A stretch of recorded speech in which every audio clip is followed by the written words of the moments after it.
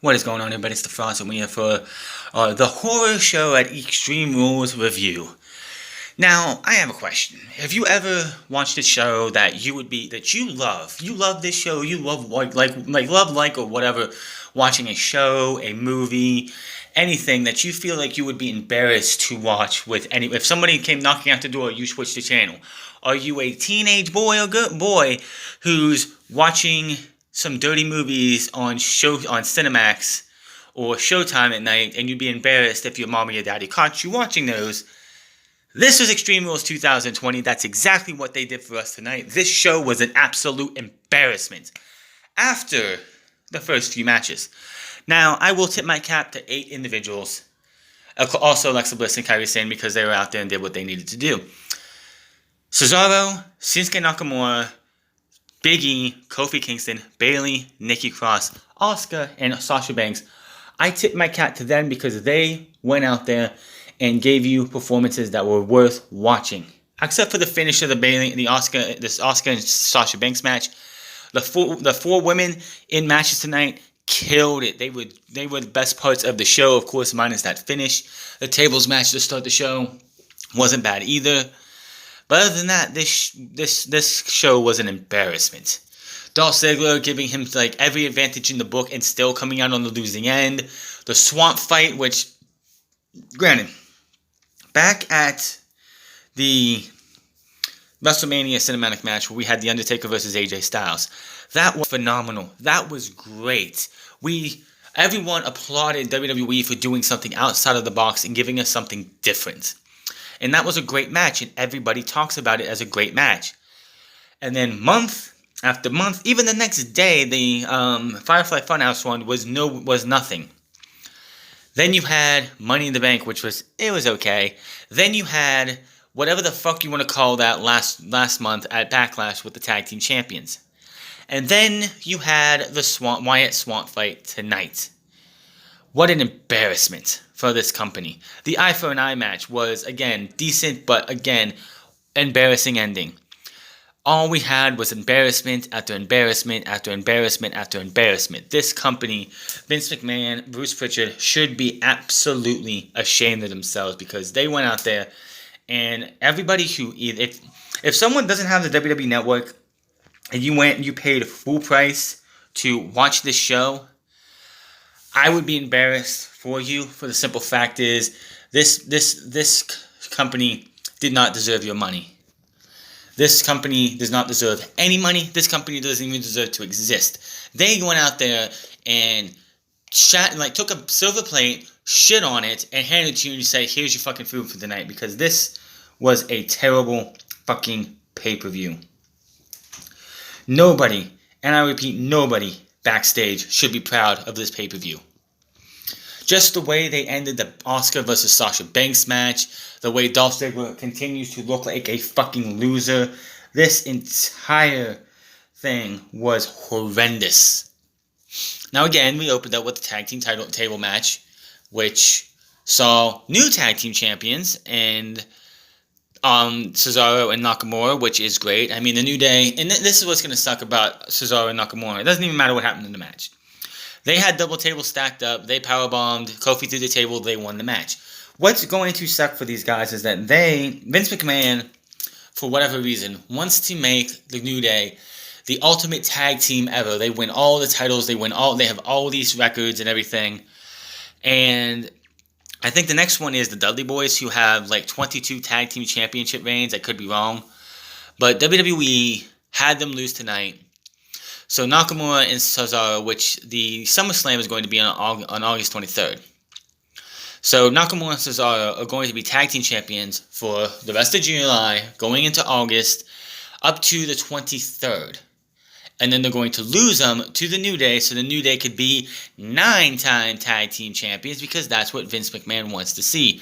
He wants to keep, the New Day, who are way more talented than Charlotte, are the Charlottes of the tag team division, because Vince McMahon just wants to hotshot the titles with these guys every chance he can get.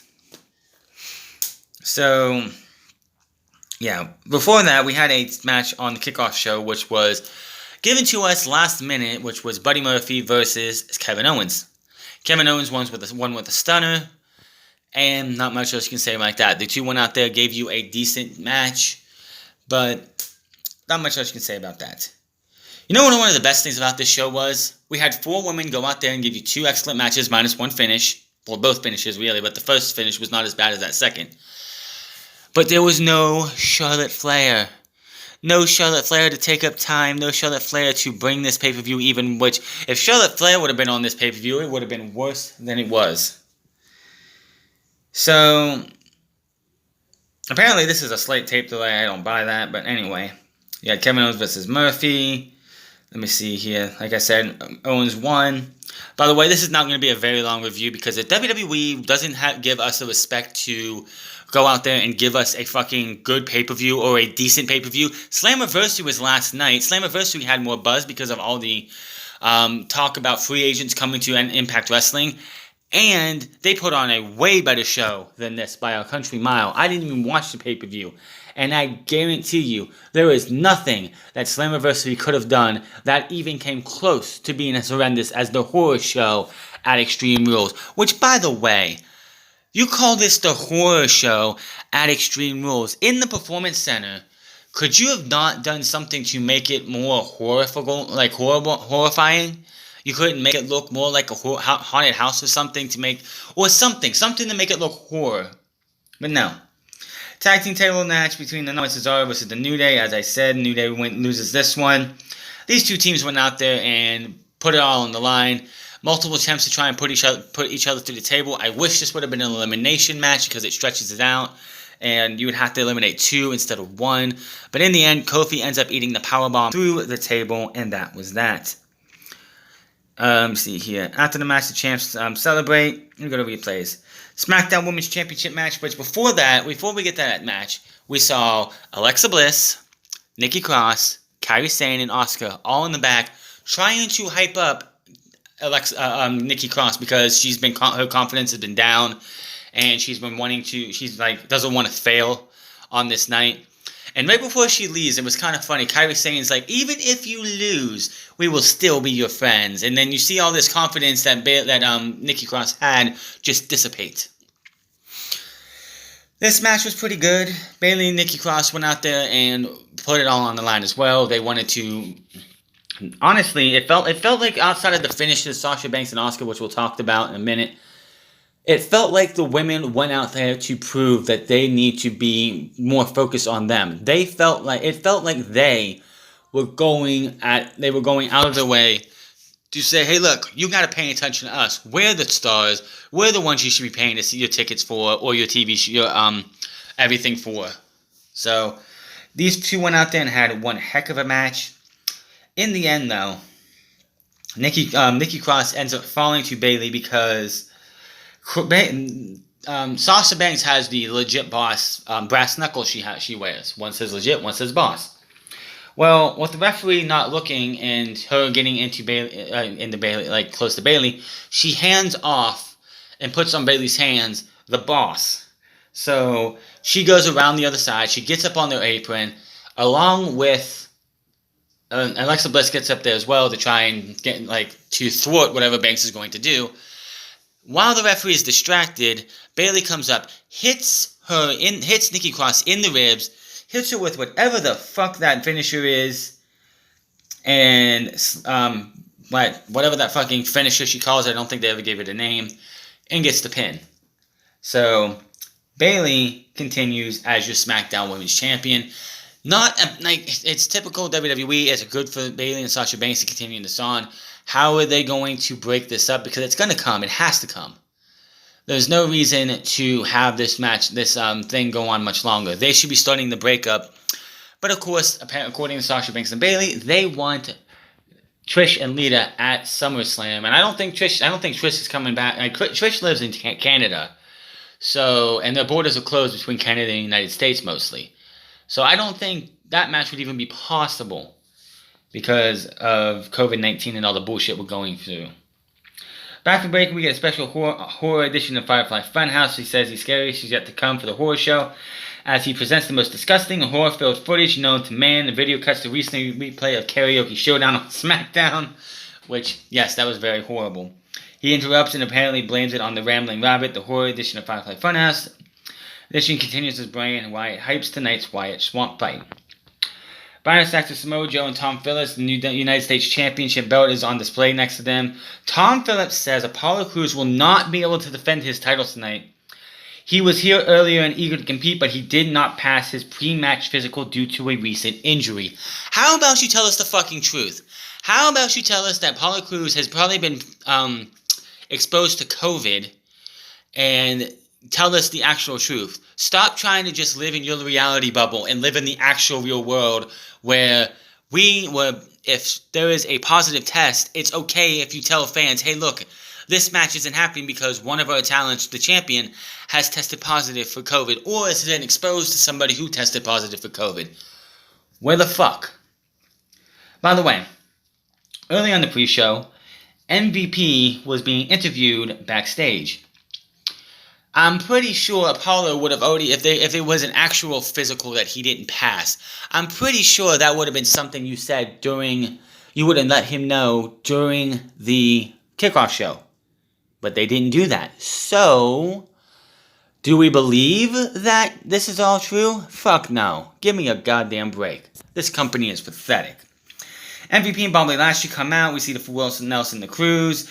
MVP pretty much says by forfeit he's the United States champion. He gloats and everything, and then they go off as his music hits, claiming he is the United States champion, which he is not. If they come out on Monday and is like, yes, he's the actual United States champion, this company is just going deeper and deeper down the shithole. And we're not even done with that yet. Just much like 2020, WWE bad creative is getting the Billy Mays treatment where it's like, you remember in a Billy Mays commercial where like he gets to the part where it looks like the commercial's going to be over, but he's like, but wait, there's more. This is what we've been going through in 2020 overall, and this is that moment is the same moment that you see when WWE has bad booking decisions. You don't think they can get any worse? But wait, there's more. They could get even worse. And we're not done yet. Alright, for now, Mysterio versus Rollins. This match. Oh. Now, if anyone remembers how this started, right after Money in the Bank, it was Seth Rollins and Buddy Murphy versus Rey Mysterio and Aleister Black. And during that match, this was also the same night that we found out Becky Lynch was pregnant, and Seth Rollins was standing on the apron in a catatonic state until Rey Mysterio knocked him off. So Seth Rollins grabbed Rey, beat him up, referee called for a bell, and then he took his face and pushed his eye into the ring steps, sending all this wave of whatever we're doing right now. So can someone tell me, because the rules to this match were, the only way you can win is pull your opponent's eye out. We need to see proof that you have their eyeball in your hand. We didn't get that. We got a pretty decent match between these two, but at the end, they did the same exact spot for spot, that they did that started this entire feud. And somehow, him pushing a metal stair into Rey Mysterio's eye was going to pop it out. It's like WWE had this stipulation that they said that you have to pull your opponent's eye out. But that is not what happened. That is not at all what happened. During the entire match, you have them poking, trying to, Rey Mysterio took a broken kendo stick and tried to shove it into his eye. Earlier in that match, fucking Seth Rollins puts the kendo stick in the ring post and tries to throw it in Rey Mysterio's face into it. And I was like, that's not the stipulation. Poking somebody's eye out is not pulling somebody's eye out. This match was like, okay, the match was fine, the match was cool and everything, but then the finish happened. And it's like, what makes this different than the eye, him pushing Rey Mysterio's eye into the step the first time it happened? I seem to be missing something here because something just doesn't make sense. Now, after the match was over with, Seth Rollins walks away, and I'm sure Vince McMahon is creaming his pants because Seth Rollins walks a little bit of ways and starts throwing up. Just self-made throwing up. So Vince McMahon got himself some toilet humor in while he's at it. He's probably like, ha ha ha, look at that pew. That's some hot pew. That is great. This company. Good grief. And then trainers, referees, and Dominic, which I didn't realize Dominic was out there, come out to help Rey Mysterio to the back. Chanting what it sounds like. Oh, shit. Callum Braxton is backstage with Bayley, the tag team champion, SmackDown Women's Champion, who is shaken up by what happened with Rey Mysterio for a mere second, and then she goes into the, well, Rey, hope you feel better soon because you're not seeing double vision. I'm still Bayley Dostrap, and took it and turned it in from, oh my god, one of my heroes is hurt, to a good heel promo introducing her best friend, and that would be the next match. Raw Women's Championship, Sasha Banks versus Asuka. This match until the finish was great. These two women went out there and gave you one hell of a match. They matched each other move for move, hold for hold, could not get a damn thing going right. And then the last 5 minutes happened. It's like, these guys could have had a 5-star classic.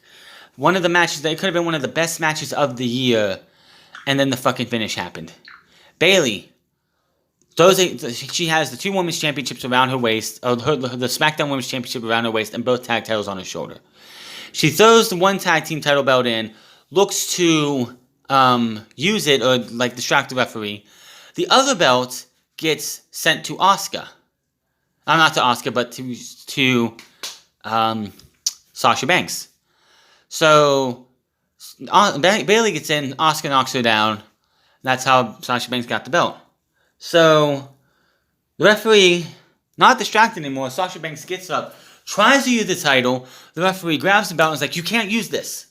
So Asuka comes from behind turns Sasha Banks around, goes to spit the mist at her, the referee is there, Sasha Banks moves out of the way, the referee gets the mist in the eyes, so Bayley, with the tag team championship belt that she has in her hand, comes in, whacks Asuka in the back, knocking her down. Sasha's down too. So Bayley goes over, grabs the referee, tears his shirt off, grabs the referee's shirt, puts it on. Sasha covers Asuka. Bayley counts 1, 2, 3, tells them to ring the bell, grabs the women's championship, hands it to Sasha Banks, and expects that to be the legit finish. What kind of nonsense was this? You got to be fucking kidding me that they're this incompetent, that this is what they do. Are you fucking kidding? That's the way you're going to end this match? They were having a fantastic match. Anybody who loves wrestling, loves women's wrestling, or like she enjoys women's wrestling, can't tell me that those two weren't out there giving you a good match, a great match for the women's division. And then they go and book that nonsense. What the fuck was that finish? Who came up with this? Who booked this? Who was the person who said, well, we don't want Asuka to lose, but we don't want Sasha to lose, so let's have Bayley, let's have the referee get misted, Bayley attack Asuka, put the referee shirt on, and falsely count 1, 2, 3. What the fuck was that? If you're going to give them all the championships, have it be a legitimate win. Don't do this bullshit, because now, and obviously they're doing all of this so you watch Monday Night Raw to see what happens. How does this all get rectified? You have to turn into Monday Night Raw to see what happens. What a load of shit. So, let's see here. Charlie's backstage on an update with Rey Mysterio, said he went to a local medical facility. So we get to the WWE Championship match, and the WWE Championship match, we're wondering what's the stipulation going to be. Well, Ziggler comes out after they get announced, and he's like, well, this match is going to be an Extreme Rules match for Dolph Ziggler only. Now, Drew, you can't just get your title and walk out of here and expect to keep the championship because I become WWE Champion. If you get disqualified, I become WWE Champion. So what does WWE do? Dolph Ziggler gets his ass kicked for 95% of this match, gets some weapon shots in, and then goes for a super kick, It needs a Claymore. 1, 2, 3. So this guy couldn't even win a match. Win a match with stipulations that he picked. Oh, well, it's only I can use weapons. I can't be counted out. I can't be disqualified, but you can, and if you are, I become WWE Champion. How could this possibly go wrong for a guy like Dolph Ziggler? Oh, I know. Claymore kick, 1, 2, 3. Ziggler becomes a big fucking loser again. Nothing says loser like Dolph fucking Ziggler. And then we get to the main event, which, by the way, may I ask, where's the bar fight? They have advertised for 2 weeks a bar fight at Extreme Rules between Sheamus and Jeff Hardy. Did one of them test positive for COVID? Or did WWE realize this was a stupid fucking idea and went, wait a minute, we can't do this, so we need to cancel this and move on? Because unless I missed something, there was no explanation why the bar fight was dropped. I just don't know. It makes no fucking sense to me. Now, the swamp fight. So, this was non-title, of course. So, Braun Strowman shows up to the swamp in his pickup truck, walks out, says, "I'm home." And Bray Wyatt's sitting in his chair, rocking back and forth. And he disappears after it goes dark. It comes back and he disappears. So Strowman takes his chair and throws it onto a sign that says, "Lose all hope, ye who enter here." That is a sign. If you wanted to see a sign that spoke Extreme Rules 2020, here's your sign. That sign right there. Because this show was an abomination. So Strowman ends up walking around, fighting a bunch of guys. One that looks like a Luke Harper cosplayer. And then all of a sudden he gets hit in the back with a shovel. He looks up, he's like, oh shit. He just has this look of like fear on his face. And it's Braun Strowman with the sheep mask on. He pulls the sheep mask off. Then they do the whole, I'm going to hit you with the shovel spot, and it goes to black. It comes back up, and Braun Strowman is chained to a chair. Bray Wyatt comes walking with his old music. He says words to Braun Strowman. Braun Strowman says he's going to take him back to hell. And then we see this hooded. We see this veiled figure in a black veil, like a black veil, with a snake, who takes it on to Braun Strowman. We flash again. We go somewhere else, and this time Braun Strowman is beating up more of these thugs. One of them ends up in the fire that's sitting right there. He's running away, and there's like another homage to how bad Extreme Rules was this year. I would rather be set on fire running away than watching this show again. And then, the biggest surprise of this entire thing, one of the coolest spots they did, was you hear this voice saying, "Come on home, Braun. Come home." And then the person lifts the veil, and it's Alexa Bliss. And then we see flashes of Team Little Big from the Mixed Match Challenge. And they're friends, and you keep hearing her say, "We could be here together. This is what you want." And just all these hypnotic things to try and get this guy to come to her. And I'm like, that was pretty good. That was pretty clever. Alexa Bliss' sister Abigail. I wonder who the fuck came up with that before. I'm sure some British guy, parts unknown, I think came up with that beforehand. I wonder where they got the sister Abigail before. But I was like, that's a cool spot. I didn't expect it, and it was the only redeeming part of this thing. So we then see a boat come through. Braun Strowman walks over to it, looks in. I don't know what the fuck was in there, nothing special. Then he gets hit in the back by Bray Wyatt. They fight for a bit.